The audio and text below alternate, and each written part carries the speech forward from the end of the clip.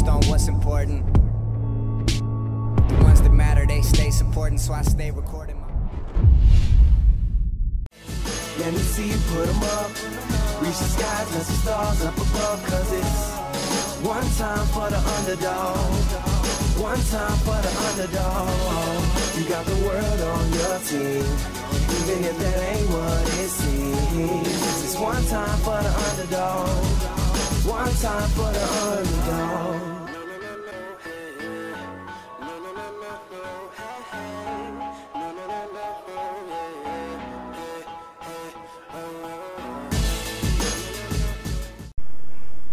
Okay, so the very first topic that we're going to talk about, myself and Ruben, is something that we pretty much disagree on. We disagree, but I'm sure in some ways we probably think the same in the end. But he's going to come at me with his ideas. I'm going to come at him with my ideas. It's this stupid argument about if it fits your macros versus clean eating. I hate the argument. It's been done to death. It's boring. And it's just a bunch of people going at each other with straw man arguments is what I find. But Ruben's convinced me to go at it, so we're gonna do it. And I like the way he's proposed to do it as well, because it's never been done in a setting where somebody is more for flexible dieting and somebody's more for clean eating. So yeah, come at me, bro. What you got? Well, first and foremost, you're a part of a cult. Oh, what? Straight up, you're a part of a cult.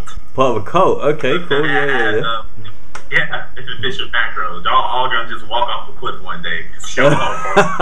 Like a bunch of lemons, yeah. Oh, man. Well, you lot been walking off cliffs for years and years and years. You say what? You lot have been walking off cliffs for years and years and years. Hey, but what we do works, right? But hold on. And what we do doesn't? They both. All right, we'll start off like this. They both. Go for it. They both get you lean. Yep. They both feel your engine, right? Yep. Okay. Now, do you think of yourself as a high quality man? A high quality man? You think of yourself as a high quality man? Absolutely. What? You think yourself as an alpha male? Yeah. Well, I think the term alpha in this day and age is way overused, and people have kind of tried to make it what they think it is. And I think when you keep going on about being alpha, it kind of makes you beta. But yeah, whatever. I'm just me, man. That's what I am. Definitely. Well, you're a high quality man. You're a professional fitness model. You do everything with top notch and thorough, right? Yeah, absolutely. Your machine is your human body. Yeah. And my argument is this: if you're a top notch alpha male fitness model driving around in a Ferrari, I'll put regular gas in your Ferrari. They both drive. They both get you point A to point B. Yeah. But why the hell would you put regular gas in a Ferrari? And that's what this crap food is, regular gas. It's not the premium. It's not the high octane. You touch bases on the foods that work, which are your premium gas foods. Okay. So potato, broccoli, rice, chicken, fish. What's the other one? The oat. Yeah. So that's my take on it. It's okay. If you really want to perform at a high level, you're only going to put the performance nutrients in there. Yeah. Yeah, everything's getting moderation, but you're most likely going to put everything, the high nutrients, high quality nutrients in your body. I mean, that's it. Yeah, well, this is like the typical sort of straw man argument that the clean eaters kind of come at you with. It's like, you just think that it's all about cramming as much junk food, Pop-Tarts, getting shredded on junk food, takeout food, and then rocking up onto the stage and be like, hey, look at me, I look like Frank Zane. And it just doesn't work like that. Where in fact I think it's the opposite, where you talk about 5 foods that work, or you gave me like a handful of foods right there.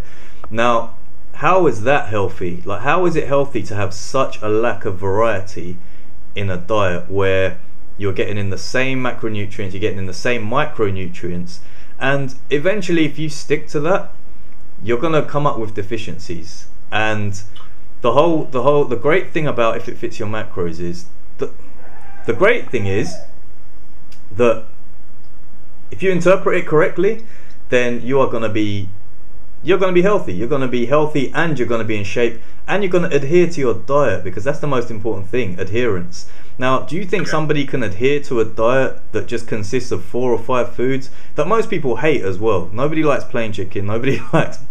Don't get me wrong. Like, you know, you season chicken's amazing if you season it, but like the way most of these guru coaches will probably have you eating is plain old chicken, boring old chicken, plain old broccoli, because, you know, oh, no sugar, bro, no this, bro, no that, bro, and none of it's based on evidence. This is what really pisses me off. And the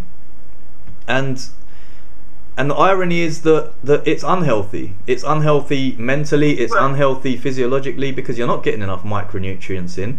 And if you are prepping using just 4 foods that work or 5 foods that work, a lot of that'll fuck a lot of people up. And a lot of women have come out. A lot of women have been brave enough to come out with how that kind of eating has given them eating disorders.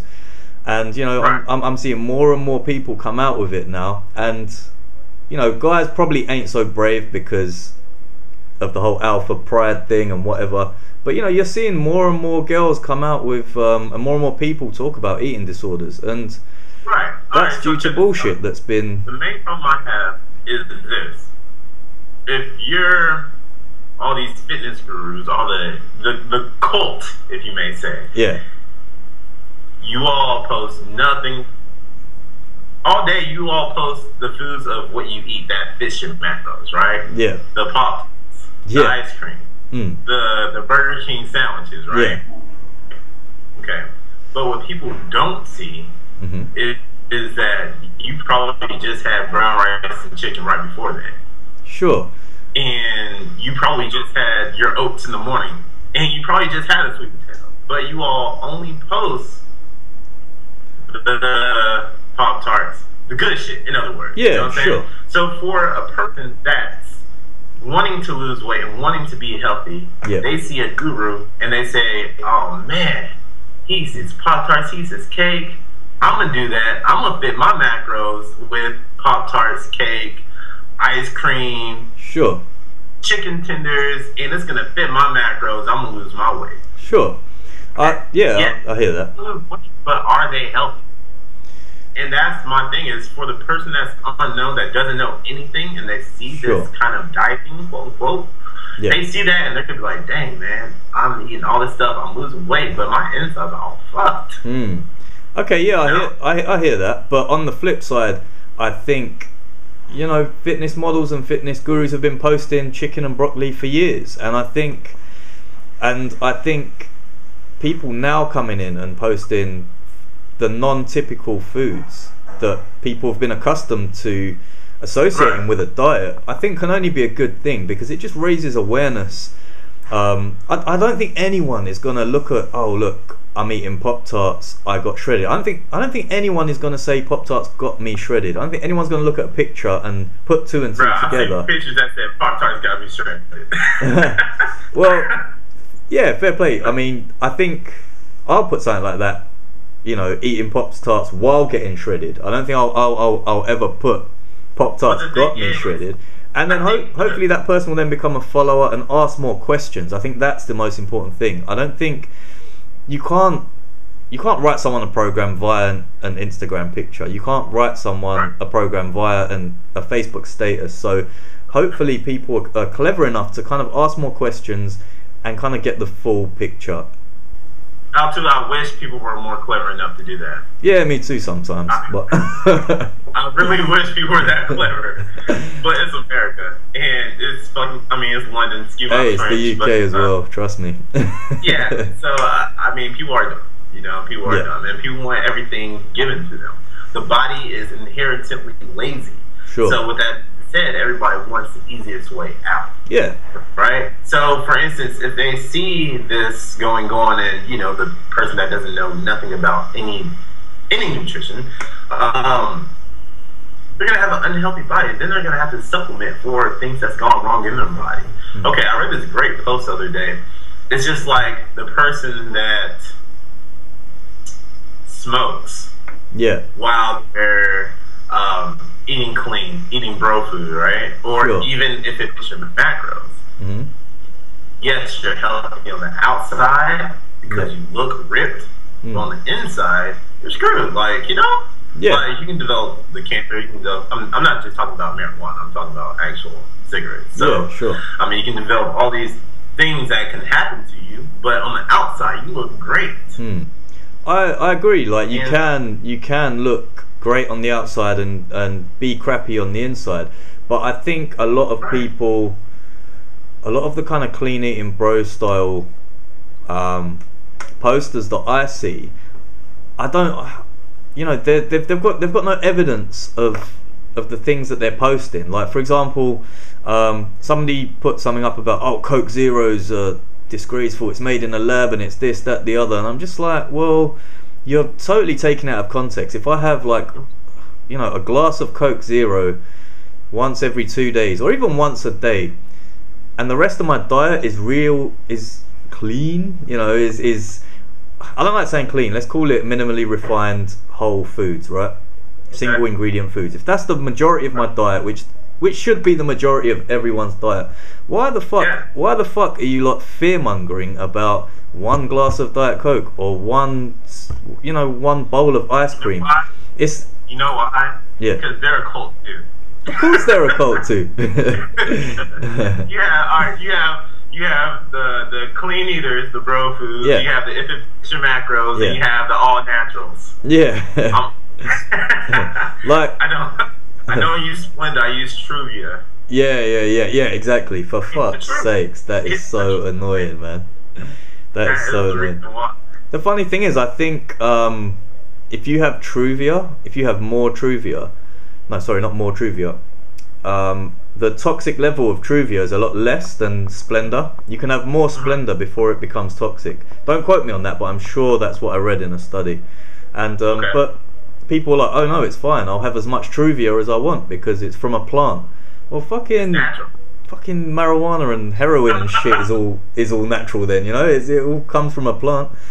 But yeah, man, I hate this argument so much because I understand what you mean when you say people kind of are from one cult or the other. When I first started, if it fits your macros, I thought I'd discovered something amazing because it does feel very liberating. Because if you've been dieting in a sort of clean eating kind of fashion for 10-15 years like I had, and then suddenly you discover this new way of doing it, you're like, fuck, man, like, this is amazing. Like, everyone should be doing it. So at first, yeah, like when I first prepped in 2013, I was on my social media, I was preaching that shit hard. I was like, if it fits your macros, the church of if it fits your macros, join it now.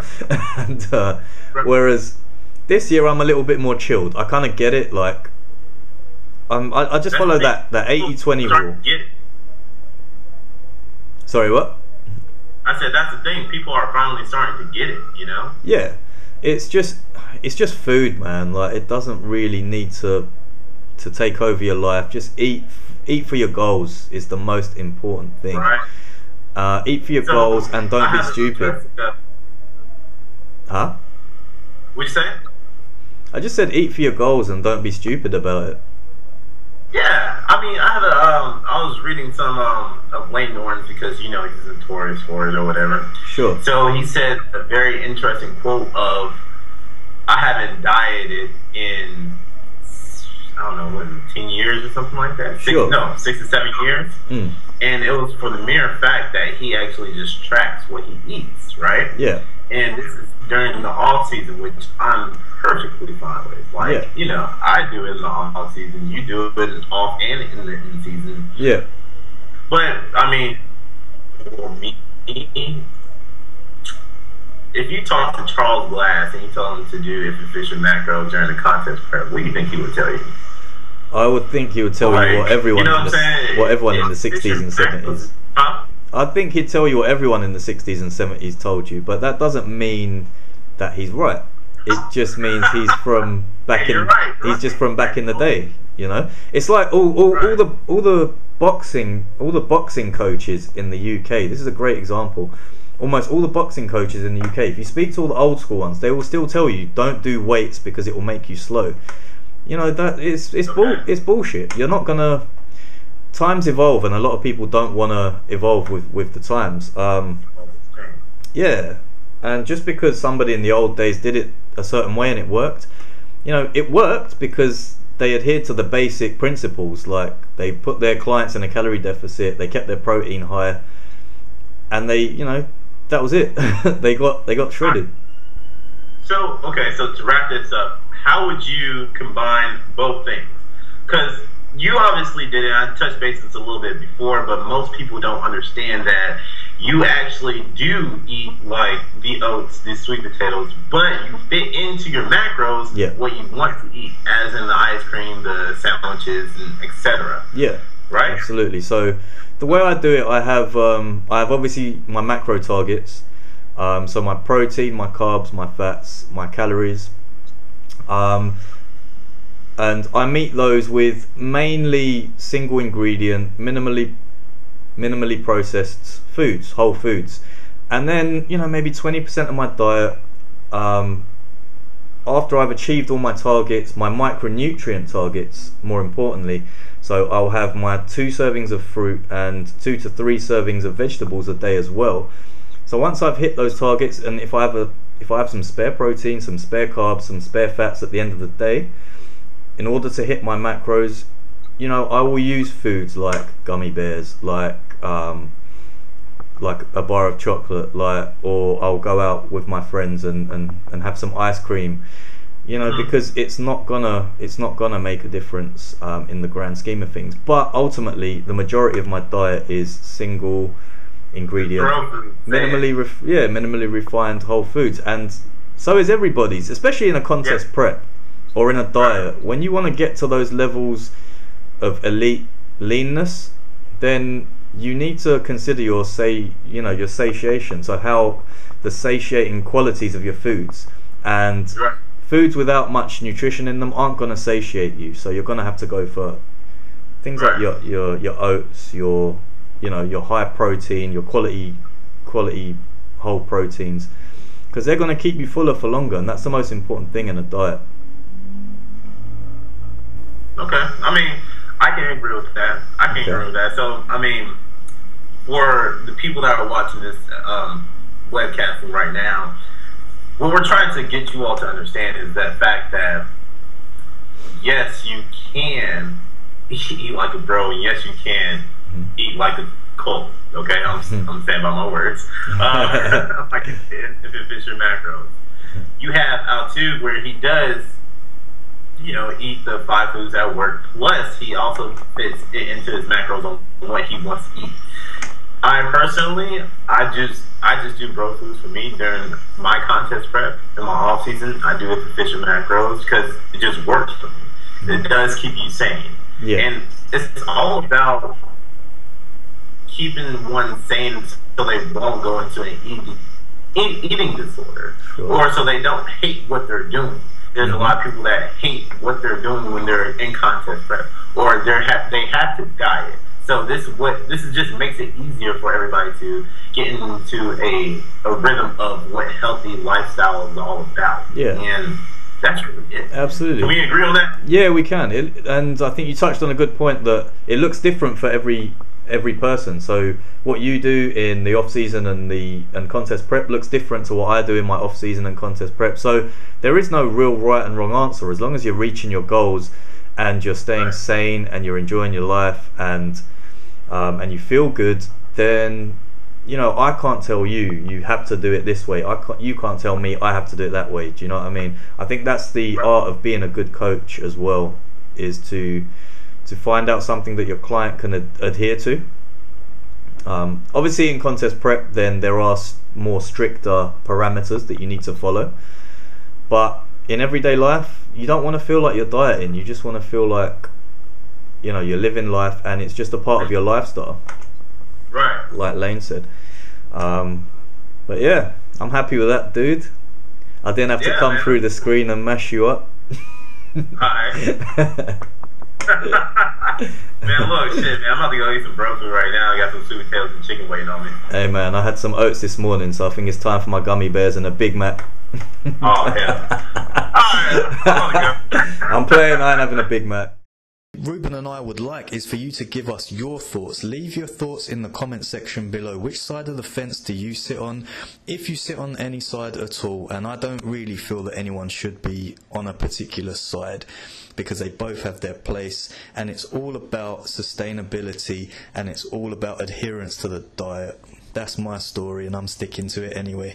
Don't forget to subscribe and look out for the next video coming next week.